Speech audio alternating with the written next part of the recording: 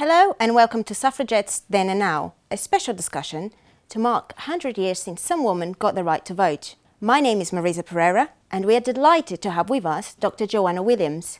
Joanna is a writer and author of the excellent book Women versus Feminism, Why We All Need Liberation from the Gender Wars. Joanna, would you like to kick us off? Thank you, Marisa. So today, Thursday the 8th of March 2018, is International Women's Day, and today, like every other day this year so far, we have heard an awful lot about the fact that this is the centenary of women getting the vote. And my concern really with all these anniversary celebrations is that history is being rewritten. So I think one thing that's being written out of history is the fact that all men were given the vote 100 years ago. It's a centenary of men getting the vote, of working class men getting the vote, which I think is a very, very important anniversary, which is sadly being forgotten about. I think also it's being celebrated as the centenary of votes for women, which, as you pointed out, Marisa, in your introduction, it was actually only some women who got the vote. That was women over the age of 30 and women who owned property. So it wasn't a victory for all women by any stretch of the imagination. But I think the biggest rewriting of history really does come with the comparisons that are being drawn between women who call themselves feminists today and the suffragettes in the past. And it's a very dishonest comparison. And for me, I think it's despicable for three particular reasons. I think it's disgraceful that feminists today can compare the situation of women today with the situation of women 100 years ago, because to me there just is no comparison. If we go back 100 years ago, women not only didn't have the vote, they also didn't have equal access to education, they weren't able to file for divorce. If they were divorced by their husband, they didn't have any right to their children, to even be able to see their children. They weren't able to open a bank account. They weren't able to even work when they were married without their husband's permission.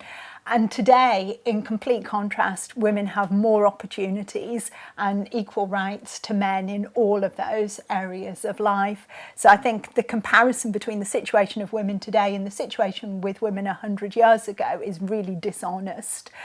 Another reason why I think the comparison is quite disgraceful is to do with the nature of the protest as well.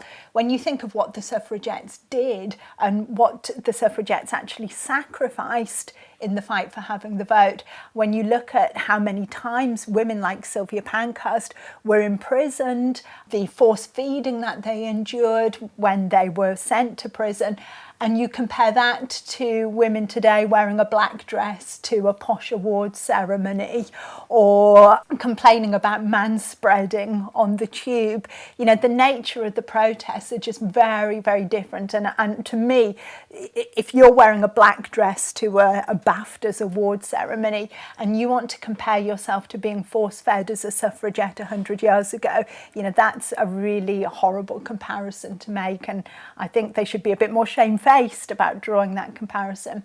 But the final thing that I think is very different nowadays is not just the nature of the protest, but the actual nature of the demands that were being made as well. So if you go back 100 years ago, women were demanding legal equality. They wanted the same legal rights as men wanted. They weren't asking for special treatment or special protections under the law. They were not looking to criminalise men or chastise men for bad behaviour. They wanted legal equality.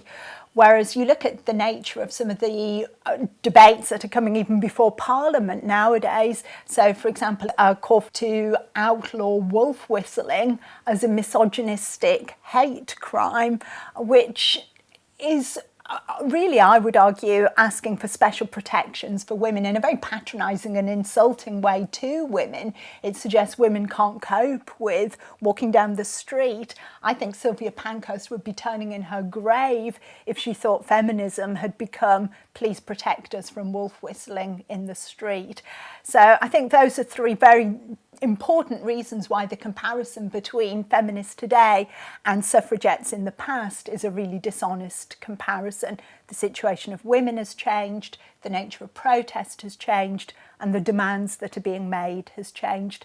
Having said all that, I do think that there are a couple of things that the feminists today do have in common with not all of the suffragettes in the past, but some of the suffragettes. And I think that is, as we were saying at the beginning, how the vote was only given to some women, women over the age of 30 and women who owned property. I think there was a danger 100 years ago that feminism was already showing some signs of becoming an elite preoccupation, of really defending the interests of a relatively small group of wealthy women. And I think that's definitely something that we still see today when you look at discussions around the pay of women presenters at the BBC, as if this is an example of a gender pay gap. It's hard not to see this as wealthy women protecting their own best interests and using feminism to argue for more for themselves. I think another way in which I would see a comparison as well is, I think feminism then and now has a tendency to slip over into a kind of prudish moralism that looks at men's bad behaviour and this idea that women are somehow morally superior and can therefore be a good influence and civilise unruly men. So particularly in America, the earliest feminist movements had their roots in temperance societies, and the idea in America in particular was that if women had the vote, they would be able to bring in laws to stop men from drinking alcohol, for being so unruly, and they would be able to civilise men. And I think that is something that we see nowadays as well, particularly in discussions around getting more women onto the boards of directors in companies, that you see the argument that if there were only more women, we wouldn't have had the economic crisis, because women are so much more civilised and nicer and more compassionate and caring than men. You know, we wouldn't be taking all these risks. But you also see it with things, again, about kind of manspreading, arguments against wolf whistling, that feminism could actually bring about a change in behaviour of men.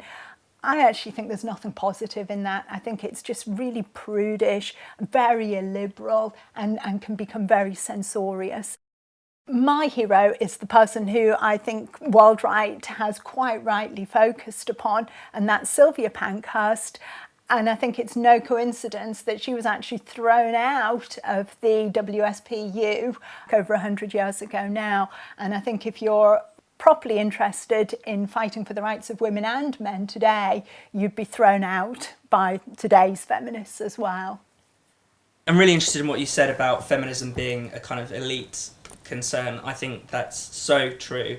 For instance, today on International Women's Day, Sandy Toksvig tweeted out that it's going to be a few hundred years until men and women finally have equal pay. And, you know, just to give a bit of context to this, we don't know her exact salary, but we know that she makes over £1.2 million a year. And the same thing was happening at the BBC, where pay increases, usually of around 50 grand and above at a time. Jo Whiley was given a pay rise of £200,000 with her promotion, so very lucky to her. But these kind of pay rises, these are often framed as issues that affect all women. You know, it is good for all women if these women are paid extortionate amounts. And I'm just absolutely fascinated by that, because as a man, it does not make any difference to me if a banker is on 600 grand or 800 grand. I know that it doesn't make me feel better when I get up in the morning and look at myself in the mirror to know that some man might be doing better. Well, first, before I ask my real question, I was just curious, do you have any children?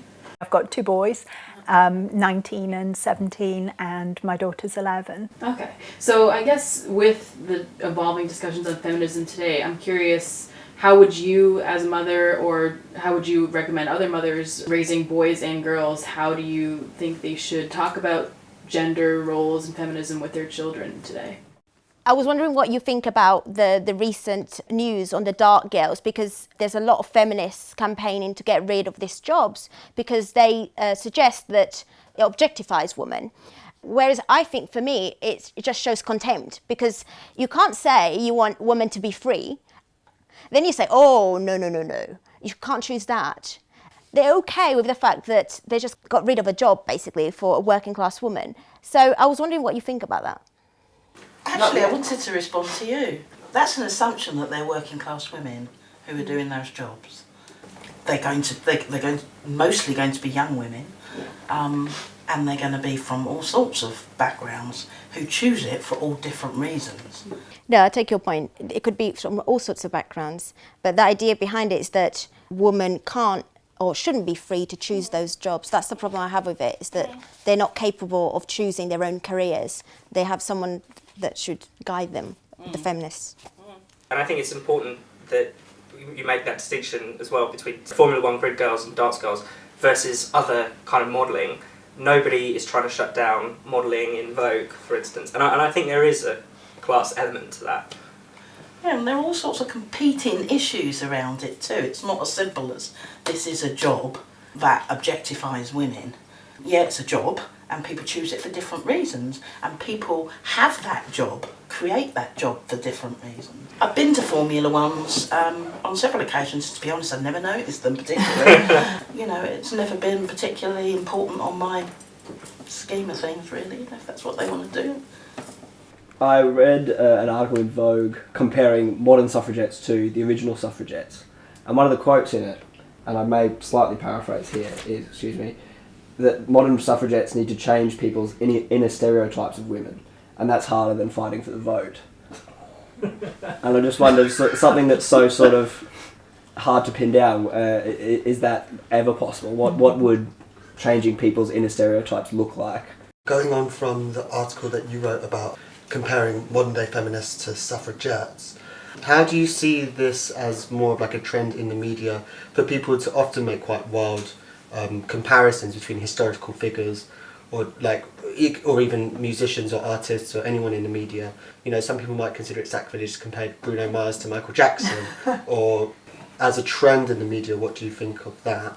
Also, I think it's quite interesting that you raised the theme of victimization in relation to like how modern feminists define themselves in their argument. Yeah, there's some really interesting questions there. I think just to start with the last question, I think it is very interesting how people relate to the past, and I think we see with a lot of the movements today, particularly around things like the decolonise movement within universities, that people use the past to find a source for them to be able to present themselves as victims in the present. So you saw, for example, the students at Oxford University campaigning to have the statue of Cecil Rhodes torn down. One of the reasons why young feminists nowadays are so keen to compare themselves to the suffragettes is precisely because all the major victories, legal victories, have been won today. So when you went back 100 years, there were very clear legal inequalities and some very definite battles that needed to be won. And thankfully, and thanks to the efforts of the suffragettes in the past and feminists even in the 1960s and 1970s, these battles have been won. And it's almost as if it legitimises, I think, the fights of the feminists in the present if they can try and draw a direct continuity between the battles that they are engaged in and the battles that women 100 years ago were fighting. But I think this business about it being actually harder for women nowadays because they're engaged in a mental battle and a cultural battle to change attitudes and change minds really does sum up for me the kind of dire straits of feminism today. Because you're absolutely right, you can never know if you've changed people's minds. But if you read as much feminist writing as I do, there is this real belief that misogyny today is a huge problem. And it's a problem which doesn't actually come into effect in laws or in practices so much as it lies in people's hearts and it's in people's minds. You actually see people write, women can never know how much men hate them, which I just want to say, oh, come on, please. You know, this is just, who knows? We can never, ever know what goes through people's minds. It becomes a kind of never-ending mission, but it also becomes incredibly illiberal, because it is about trying to change thoughts and feelings, and not even so much behaviour, but just kind of attitudes and culture in a very censorious, illiberal kind of way. And I think that's then where you see issues around things like the darts girls, the Formula One grid girls. It becomes the kind of visual representation of misogyny. And I thought your points about social class were really interesting, but I do think there is a class element to it, because as you point out, Fraser, it's not so much to do with what the women are wearing or not wearing, as the case might be, because it can be the case that women in the pages of Vogue or walking down catwalks in designer clothes costing £10,000, £15,000 for one outfit can wear very little, and that's seen as being perfectly legitimate, whereas women who are standing at the side of darts matches, they are seen as being somehow morally wrong. So it does seem as if there is a particularly pernicious class element there. I mean, you see it also, I think, with women's breasts, where women on page 3, those are bad breasts, whereas women breastfeeding in public, those are good breasts. And you can have the Free the Nipple campaign, for example, on Instagram, which is middle-class women showing off their bodies and showing that breastfeeding and breasts are just breasts and we shouldn't make a big deal about it. It's just part of our bodies. That's all seen as being perfectly cool and good, whereas a woman posing topless in a newspaper, that's seen as bad. So it's hard not to see a particular class element in there. And I think that comes across very much in things like the campaigns for equal pay, campaigns around the gender pay gap, because you think the whole nature of that discussion, a campaign for equal pay, well, certain sections of society do have equal pay. If you are in a minimum wage job, then you do have equal pay whether you are a man or a woman, because minimum wage jobs pay the minimum wage to men and women alike. I think there are clearly some problems and some people who are not as privileged or as advantaged as others in society today. I don't think that's a gender divide. I would be old-fashioned enough to argue that that was a social class divide. But I think what the high-profile, very, very well-paid, elite feminist women do is they actually exploit the disadvantages faced by some working-class women to further their own interests. They are able to take the moral high ground. They are able to appear as if they're not being selfish and not asking for more money for themselves. To me, that's a really horrible thing to do. In response to what you were saying, the big battle is not about comparing and contrasting feminists from today or yesterday. It's about sexual violence for women. Surely that's one area where legally we need some change, where we haven't made great strides in this country or in anywhere else in the West. Actually, women are still getting raped. Men are still not held responsible for those crimes. Sexual violence is still rife within our schools, within the community and in homes. And I think those things are the battles that we need to be fighting. Yeah, I just wanted to ask, how do you account for the prudishness of today's feminism? I mean, we've kind of alluded to it, but I just wanted to raise one example that came up recently. Basically, a Labour activist who has called for alcohol to be banned from Labour meetings in order that these meetings might be more inclusive for women. Now, I don't know any women that don't drink, so I'm a bit perplexed by this whole thing. But there is also a real pushback against sexual freedom today in feminism, the call for consent classes, for instance. I'm bursting now, sorry. Women have never had sexual freedom. We have never had sexual freedom. Women are always criticised for doing the same thing that men do. That doesn't even bear thinking about, because that's not real. just on that specific point.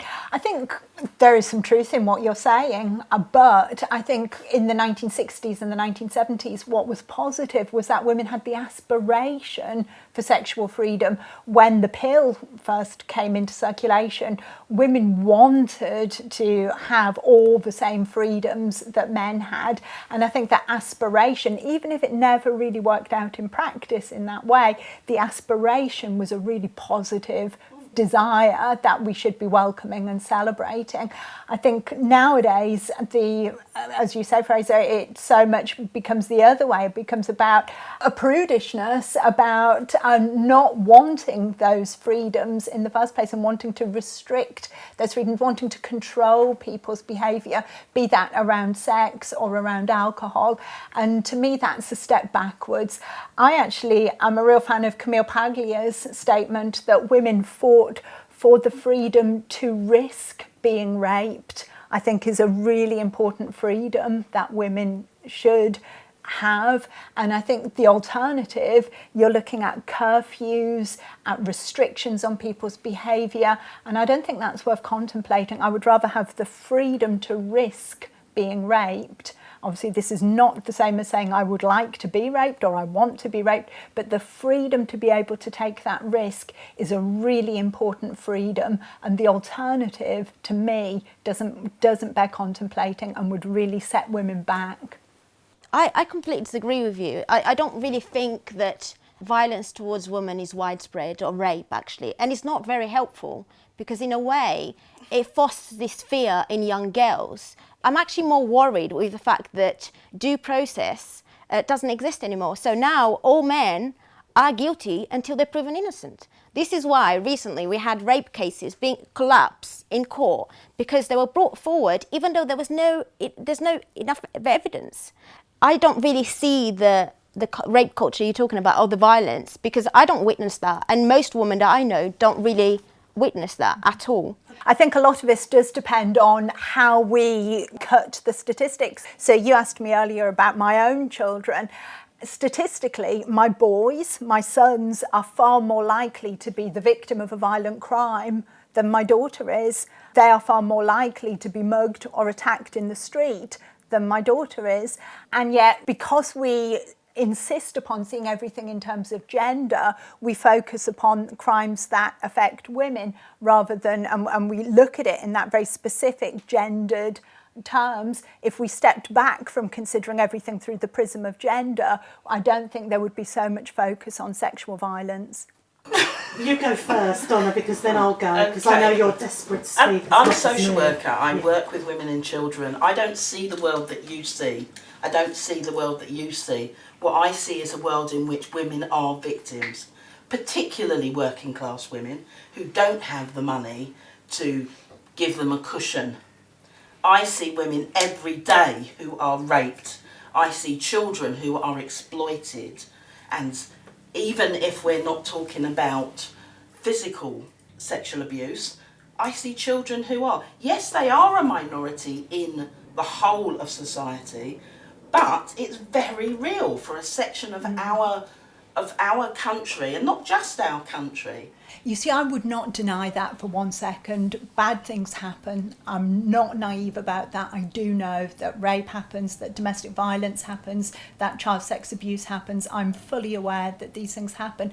I don't think it does any favours to the women who have suffered from these terrible abuses against them for discussions about a university campus, for example, to be described as a rape culture when what's meant is that there is a poster of a woman scantily dressed, or if you look at the discussion around Me Too, where we had an awful lot of focus on journalists, women journalists who may or may not have had their knee touched 10 years ago. I don't think making these comparisons or talking about these things as if they're equivalent does the women you're describing any favours at all. So another example, you could look at the girls in Rochester, in Oxford, who suffered sexual abuse at the hands of grooming gangs. I mean, this is shocking and horrific crime, so I'm fully aware that these things exist. And yet, if you were to count up the column inches in national newspapers that were spent on Kate Maltby's knee, so this is the knee of one journalist, one middle-class journalist, in comparison to the column inches that were dedicated to discussing the experiences of those girls in Oxford and Rochester. Actually, more time, more energy, more attention was given to Kate Maltby's knee. To me, that's shocking, absolutely shocking. And the worst thing about it is it trivialises the experiences of the women you're talking about, and it does them no favours whatsoever. I had a couple of things to say. Firstly, about statistics regarding rape. A lot of rape cases go unreported to the police, and I think that's a really important point to take into consideration when talking about it. And secondly, about the university rape culture. I think universities are ripe with rape culture. There's a lot of sexual violence that goes on almost unnoticed because it's just classed as normal behaviour, and then that goes back to the point about these things not being reported. And so, yeah, I would disagree with that. First of all, that I agree that young women are much less likely to be attacked in the street as young men as your son. However, women of all ages are much more likely to be attacked in their own homes. And actually it's in their own homes that they're most in danger. Not only children, but women of all ages. That's the first thing I want to say. Secondly, not only do rape cases not get reported, women get abused again in the legal arena. So there is absolutely some work that feminists need to do around keeping women safe in the legal arena that could be linked back to a legal battle that we need to fight in this country. I just also wanted to add to universities in general. Like, growing up the first 18 years of my life, I didn't personally know anybody that was a victim of rape or assault that I'm aware of. And I would always hear these statistics about universities and how prominent rape and assault is. And I was kind of like, is this real? Like, this is just so far removed from my reality. I was never afraid of it or anything like that. I was actually hesitant to believe the statistics. And then within the first year of university, I had 3 friends that were close to me who had instances of rape and assault, and I knew many other women who also experienced it. So I think that it also depends on the context, and it's not like people are going to be jumping out from the bushes, and attacking you. That's very rare, and as you said, your sons are more likely to get mugged on the street than any woman is to be raped on the street. It is in homes and with friends, people that you know, in these situations where lines are blurred. And we are in jeopardy of understanding what it means, like rape and sexual assault. Putting a hand on a knee is not sexual assault, but it is still real, I feel.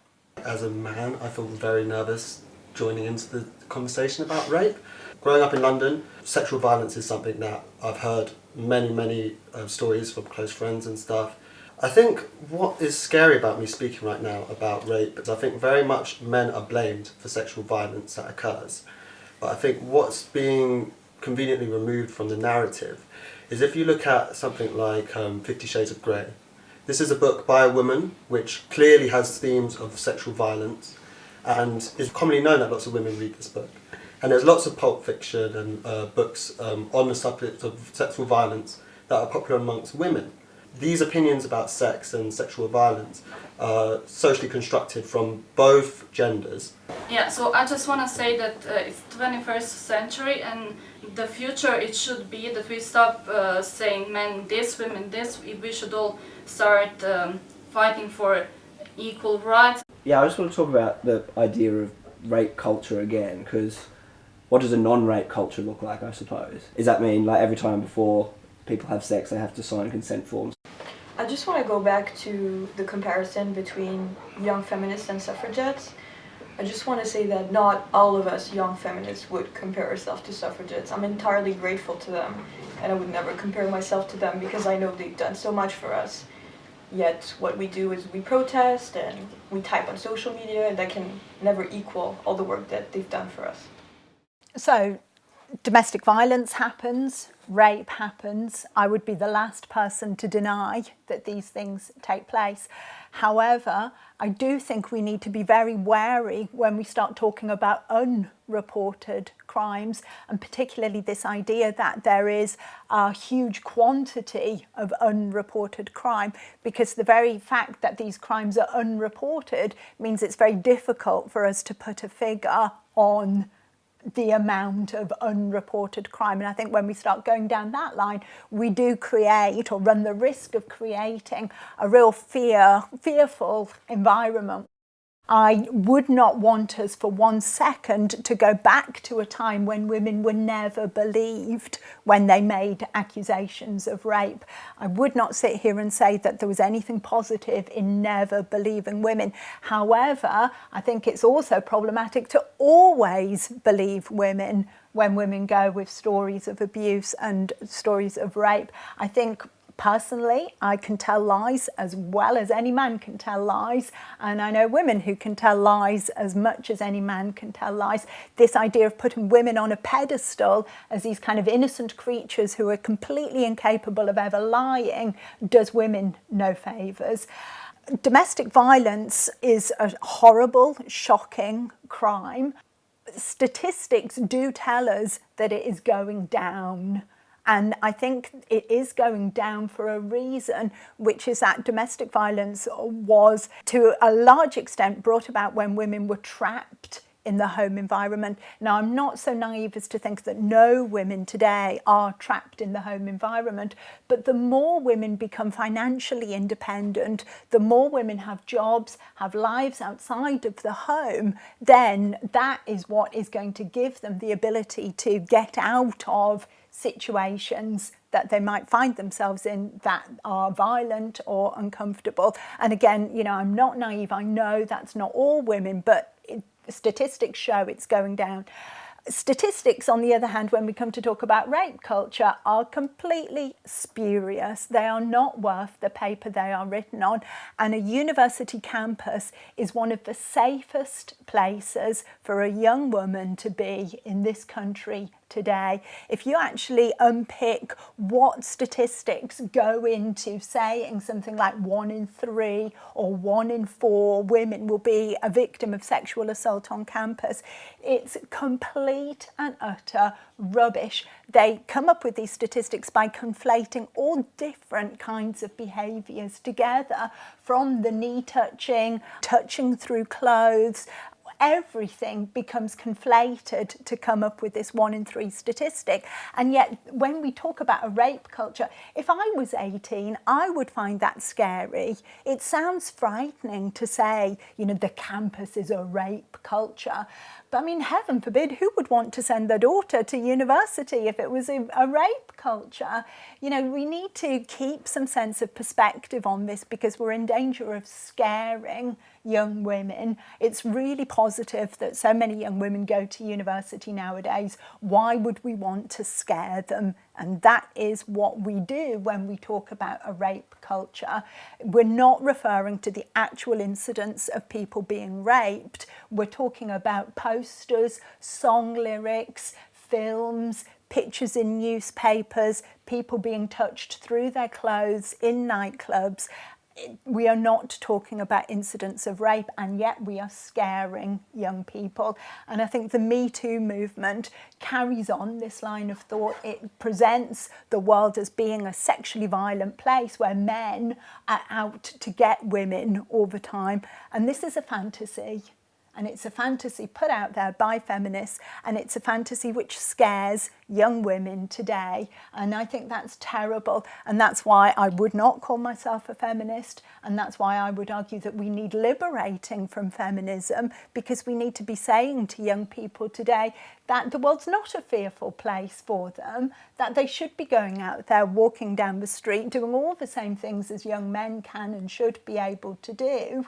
And the idea that you have a kind of policeman who gets into your head and monitors your relationships, how you're communicating to members of the opposite sex when you are in an intimate relationship, that you should be saying, is it okay if I do this? Can I put my hand on your knee now? As you're saying, what's the opposite of a rape culture? You know, to me that is the death of spontaneity, the death of intimacy. And again, this is where you see a really patronising, I think, a moralistic tone to feminism. This comes in with your reference to 50 Shades of Grey, where feminists tell me repeatedly, oh, but asking for consent is sexy. Well, how dare they tell me what is and isn't sexy? You know, I can quite capable of deciding for myself what is and isn't sexy. And yet this patronising assumption that everybody should find the same thing sexy. A final comment about the relationship of men and women in feminism. I completely agree that men and women should be working together to change society, to make the world a better place. But whether that should be with the goals of feminism in mind or not, whether we should try and recruit men into becoming feminists, is not something that I would go along with. Yes, let's have men and women working together, but I really don't think we need to recruit men into becoming feminists. I think we need to recruit girls out of becoming feminists and look at liberation in a far broader and bigger and better way than restricting ourselves to the really narrow, moralistic, puritanical, fear-mongering goals of feminism today. I'm afraid that's all we have time for. I would like to thank Joanna Williams for a fantastic discussion, as well as our great volunteers. If you would like to join us and take part in a programme like this, please email us.